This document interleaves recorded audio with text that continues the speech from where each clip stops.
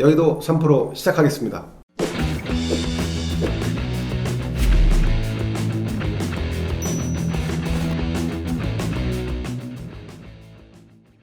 미리 보는 2022, 2022년에는 대선이 있습니다. 이재명 대 윤석열 한번 해봤습니다. 최근에 언론에 이제 이재명 대 윤석열을 관상학적으로 또 정치 상황적으로 좀 분석한 기사가 좀 있었어요. 이게 화제더라고요. 자, 지금 이제 기세상 민주당 대선 후보 중에 막 치고 올라가는 이재명과 갈 곳 없는 보수 진영의 어떤 여론 저수지 역할을 하고 있는 윤석열, 이 두 사람에 대해서 한번 얘기를 나눠보도록 하겠습니다.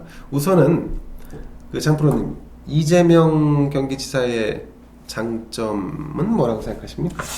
무엇보다 이재명 경기지사의 강점은 검증됐다라는 거죠. 이 사람이 그냥 말로 이렇게 한 사람이 아니고 성남시장과 경기지사를 거치면서 실질적으로 정책 리더십을 현장에서 발현을 했다는 거예요. 그러니까 실증적으로 실험을 이미 했다는 거죠. 실증적으로. 그러니까 예전에 보면 이제 우리가 이제 클린턴이라든가 이런 사람들이 이제 주지사를 하면서 이제 그런 경험을 토대로 해서 대통령으로 이제 악한소 주지사를 했죠. 자본주긴 하지만 그런 걸 이제 하면서 하잖아요.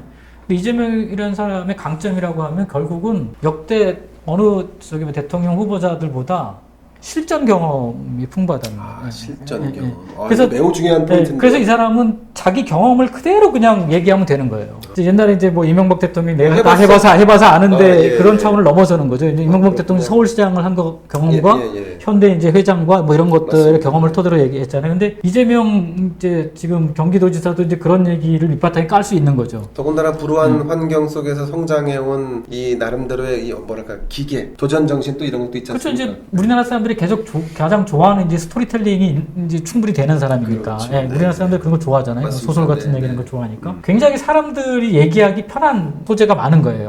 누구를 소개할 때 이 사람을 장황하게 소개할 필요가 없잖아요. 그리고 전 세계적인 정책 브랜드를 가지고 있어요. 기본소득이라고 하는. 그건 기본소득 기본소득 전 세계 네트워크가 있거든요. 거기 들어가면 대한민국에 딱 찍혀 있습니다. 이재명이라고요?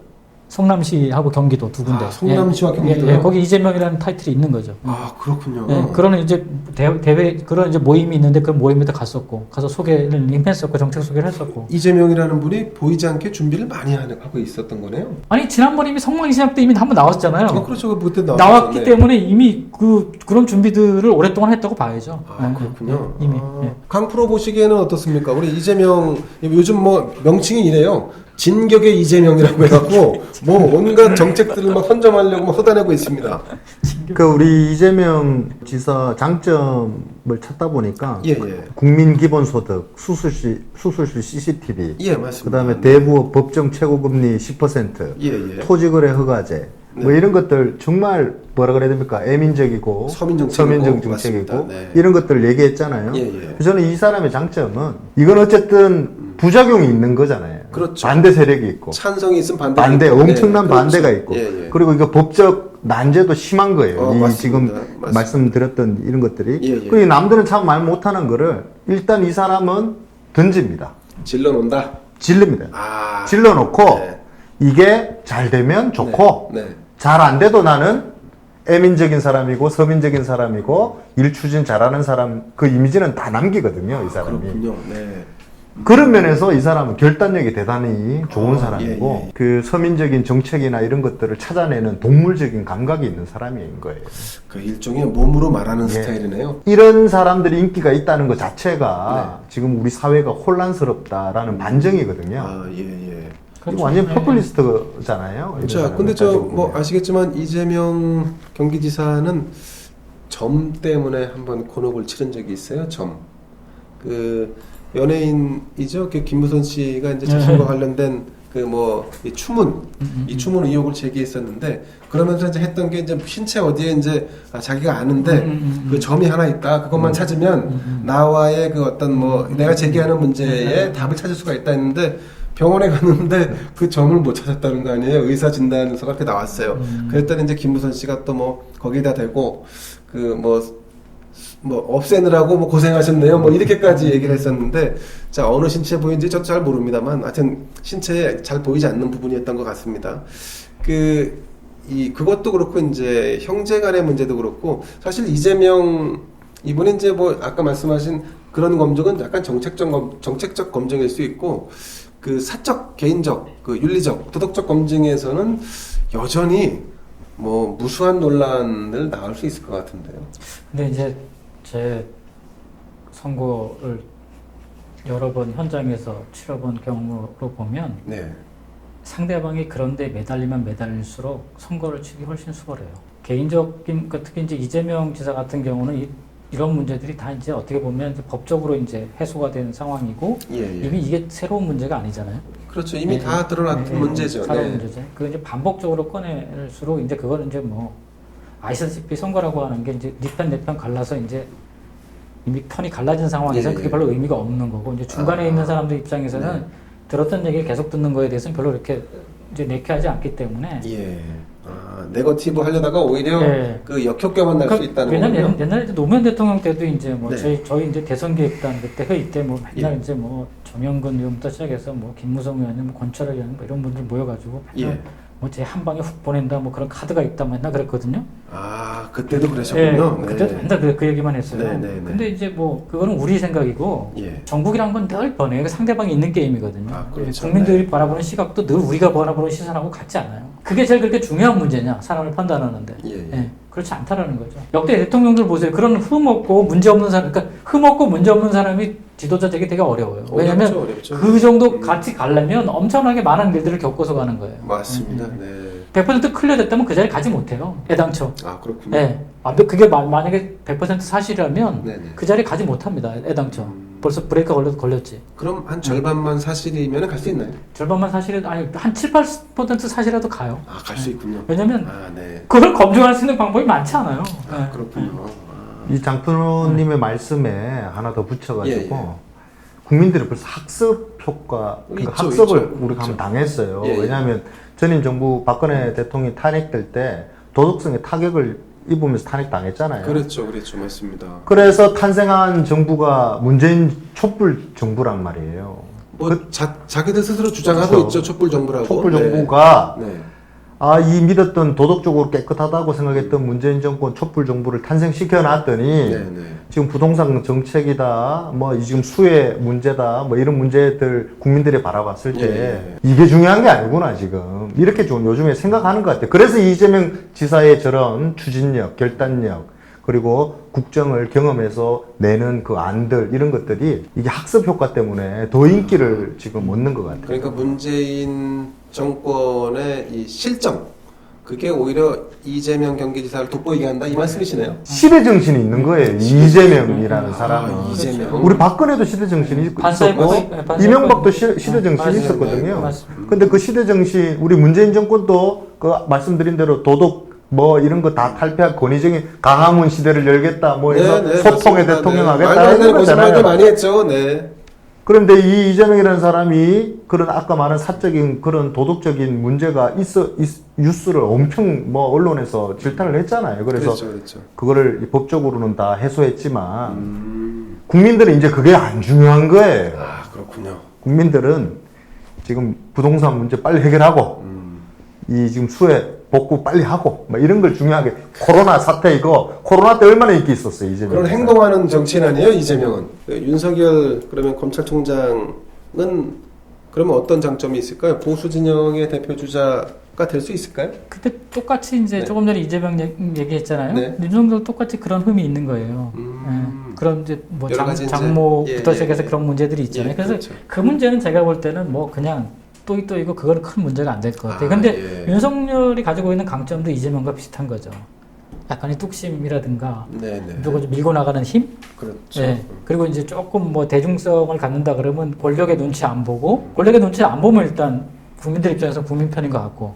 일단 그렇죠. 그런 면에서 이제 윤석열이라는 사람도 이제 검증이 되는 거죠. 이재명이라는 사람은 행정적인 라인에서 검증이 된다면 윤석열은 이제 총장은 이제 권력기관을 이끌면서 나름대로 이제 뭐 자기 이제 뭐 그 자리 보존이나 자기 뭐 이제 지위를 이용한 어떤 이제 일을 한다거나 아니면 권력과 이제 뭐 짝짝꿍이 돼가지고 뭐 이제 뭐 한다거나 이런 것들을 안 보여줌으로 해서 현직 검찰총장이면서 현직 법무부 장관과 현직 대통령으로부터 이렇게 견제를 받고 압박을 받는 이 스탠스가 이제 검찰발 이제 그런 이제 검증이 되는 거죠. 국민들 입장에서 보면. 그렇군요. 강프로님, 그러면 내년 7월에 이제 임기가 만료되는데 윤석열 총장이 대선을 치르기엔 너무 짧아요. 한 8개월밖에 안 남기 때문에 그 중간에 올해 연말이든 내년 초든 전격적으로 사퇴하거나 경질되거나 해서 대선에 직행할 가능성 어떻습니까? 지금 나는 윤석열 총장은 벌써 야당의 그 대선 대표 주자가 되어 있는 건 확실한 것 같아요. 근데 중요한 거는 이분 스스로가 뛰쳐나와서 대선을 뛰어보겠다라는 각오를 할지 안 할지는 잘 모르겠어요. 근데 이거보다 더 중요한 거는 지금 야당은 내심 지금 그 지지율은 올라가지고 여당하고 비슷한 상황까지 갔잖아요. 정당 지지율이. 근데 대선 후보 우리 아까 말씀하셨던 지지율 보면 엄청난 차이잖아요. 그렇죠. 그런 면에서 당 입장에서는 이럴 것 같아요. 이 윤석열 총장을 일종의 대선 레이스메이커 역할을 하는 역할로 옹립하지 않고 그냥 계속 이렇게 좀 지금 방패막 역할을 해주면서 불쏘시개 역할로 이렇게 마무리하려고 하지 않겠느냐. 왜냐하면 본인 스스로가 그걸 결정을 안 하니까. 그럼 윤석열 본인이 자칫 불쏘시개가 될 수 있다 그러면 또 뛰어들지 않겠네요. 왜냐하면 이 지금 당내에 아니면 대선 주자급 정도 되는 사람들이 자기의 기득권을 다 내려놓고 이 사람을 옹립해야 되잖아요. 어떻게 보면 지금 당내 지지 기반이 없기 때문에 윤석열 총장 입장에서는 와룡과 봉추 두 명 다 지금 어떻게 보면 삼고철에서 얻어야 되는 상황인 거죠. 이재명 지사처럼 아주 현장에서 독종처럼 이 개싸움을 해봤던 경험도 없어요, 이 사람이. 그러니까 두 가지를 다 얻어내야 되는 상황이기 때문에 저는 이 사람이 그런 결단을 내리는 데는 좀 시간이 좀 걸리고 본인 스스로 고뇌가 있을 거다 이런 생각이 듭니다. 자, 그러면 저 윤석열 검찰총장은 뭐에 비유할 수 있을까요? 뭐 황소 정도? 모르겠어요. 내 그분 마음속에 안 들어가 봐서 모르겠는데. 이제 약간 이제 동물 비유를 워낙 또 우리 강프로님의 장기시다 보니까 윤석열은 뭐 성난 황소다 뭐 이런 거. 뚝심의 황소 좋습니다. 뚝심의 황소. 지금 이 버텨내야 되기 때문에 추모를 다 참아내고 있잖아요. 그 지난 방송 때 말씀드렸다시피 이 국민이 원하는 방향에 맞는 가치를 가지고 용기 있게 결단을 한다. 와룡과 봉추 같은 당내의 인사들이 옹립해서 나아갈 수 있는 상황이 생기지는 않을까 하는 뭐 기대도 한번 해봅니다. 그렇군요. 근데 이제 저 개인적으로는 이쪽 진영의 이제 후보가 그러니까 지난번에 반기문 총장이 왔던 상황하고 조금 다를 것 같아요. 그렇죠. 지난번에 이제 탄핵이라고 하는 큰 사건이 있었기 때문에 그런데 이쪽에 지금과 같은 추세로 가서 후보들이 별로 없다. 하긴 선택의 여지가 별로 없을 거라고 봐요. 내년 7월이 됐는데 뭐 재보궐선거를 잘 치르고 나서도 재보궐선거의 결과에 관계없이 지금 있는 주자분들이 뭐 갑자기 뜨는 경우는 없거든요. 그러니까 마땅히 부상하는 인물이 없을 경우에는 그러니까 윤석열 카드라고 하는 거는 여전히 살아있는 카드고 게다가 윤석열 총장이 재임 기간 동안에 살아있는 권력에 최소한 확실하게 그 범죄 사실을 입증해서 살아있는 권력에 칼을 댔다. 그러면 지금보다 훨씬 더 인기가 올라갈 거라고 봐요. 지금 이제 여러 가지 사건들이 있잖아요. 지금 이제 수사하고 있는 사건들이 있잖아요. 울산시장 선거 개입 사건도 있고. 울산시장 선거 개입 사건 같은 경우는 이제 큰 사건이기 때문에 사실은 저걸 이제 대통령이 관여했다 그러면 뭐 탄핵은 모르겠으나 대통령도 이제 임기가 끝나면 이제 바로 조사를 받아야 될 사건이거든요. 거기 뭐 공소장에 15번이나 등장을 하시니까 조사할 내용이 있겠죠. 그래서 뭐 현실적으로 탄핵이 불가능하지만 국회가 저러고 있기 때문에 근데 나중에 이제 퇴임하면 조사를 받아야 되거든요. 그렇죠. 그럴 정도로 끌고 간다 그러면 내년에 윤석열 총장이 비록 7월 달에 나온다 하더라도 그때까지 소위 해서 현재와 같은 상황에서는 우파에서 두 자리 이상 넘어가는 사람이 나오기 힘들거든요. 그렇죠. 그때까지 지금 현재 상태를 유지한다 그러면 나오는 순간 윤석열 총장 주변에 국회의원들이 몇십 명 모일 거예요. 그렇죠. 자, 그런데 이제 최근 그 여론조사 추세를 보니까 윤석열 총장과 이재명 대 윤석열의 구도는 윤석열이 조금 좀 처진 상황인 것 같아요. 이제 그럴 수밖에 없죠. 그 양반이 매번 이제 뭐 이렇게 이슈의 중심에 설 수는 없는 상황이니까. 근데 최근에 이제 계속 이제 이 추미애 장관이 이제 좀 띄워주고 있긴 한데 이제 아직 그게 이제 똑같이 반복되는 거니까. 추미애 장관이 좀 더 열심히 띄워주셔야겠네요. 뭐 더 띄워줘야 되는데 뭐 그 양반도 한계가 있으니까. 근데 윤석열 본인이 뭘 할 수 있는 게 없으니까요. 이제 수동적으로 갈 수밖에 없잖아요. 이제 능동적으로 한다 그러면 이제 사건을 지시를 해야 되는데 사건을 이제 끄집어 올려야 되는데 수사 지휘를 해야죠, 직접. 직접 지휘를 하면서 끌고 가야 되는데 이제 아직 그 단계까지는 아닌 것 같고요. 보면 현실적으로. 그래서 당분간 이제 한 저 정도 스탠스, 한 10% 스탠스를 유지하는 것만 해도 엄청난 거죠, 사실은. 그렇죠. 아무것도 안 한 상태에서. 자, 그러면 두 분께 다 좀 또 여쭤보고 싶은 것 중에 하나가 결국은 권력 의지가 이 승패를 가른다 이렇게 볼 수 있을 텐데 지금 현 상태에서 이재명 대 윤석열 누가 권력 의지가 더 강하게 분출될 수 있을까요? 제가 아까 페이스메이커 얘기했잖아요. 네. 우리 옛날 손기정 선수도 마라톤 선발 선수가 아니었어요. 아, 그랬군요. 페이스메이커 역할을 하다가 1등 가다가 보니까 그냥 1등 한 거였거든요. 아, 네네. 되게 중요한 얘기예요. 네네. 제가 생각할 때는 윤석열 총장이 정치적 정무 감각이 뛰어난 사람이라고는 저는 말 못하겠어요. 뛰어나진 않겠죠. 네. 설마. 지금 그리고 검찰 조직 내에서 이 대권을 준비할 만큼의 정무적 감각이 뛰어난 나와바리라 그럴까요? 그걸 구성하지도 못했을 것 같아요. 그렇죠. 그럼 이런 사람들을 구해야 되고 얻어야 되는데 지금 아까 우리 장프로님 말씀하신 이 정권의 지금 비리들 캐내면서 지금은 비록 페이스메이커 역할을 할 수도 있다. 손 치더라도 강한 권력 의지를 가지고 끝까지 하다 보면 사람도 붙고 실력 있는 사람들도 붙고 와룡 봉추가 붙을 수 있을 거다. 그런 면에서 우리 윤석열 우리 총장을 평가할 수 있지. 지금 이재명 지사와의 권력 의지 한번 비교해 보세요. 이재명 지사는 훨씬 세군요. 야, 이 사람은 현장에서 개싸움을 했던 사람이잖아요. 이 개싸움에 그냥 싸움도 아니고 개싸움. 이걸 버텨내면서 자기의 실적을 냈던 사람이에요. 그렇죠. 그런 면에서 권력 의지를 비교한다는 거는 지금 좀 맞지 않죠. 알겠습니다.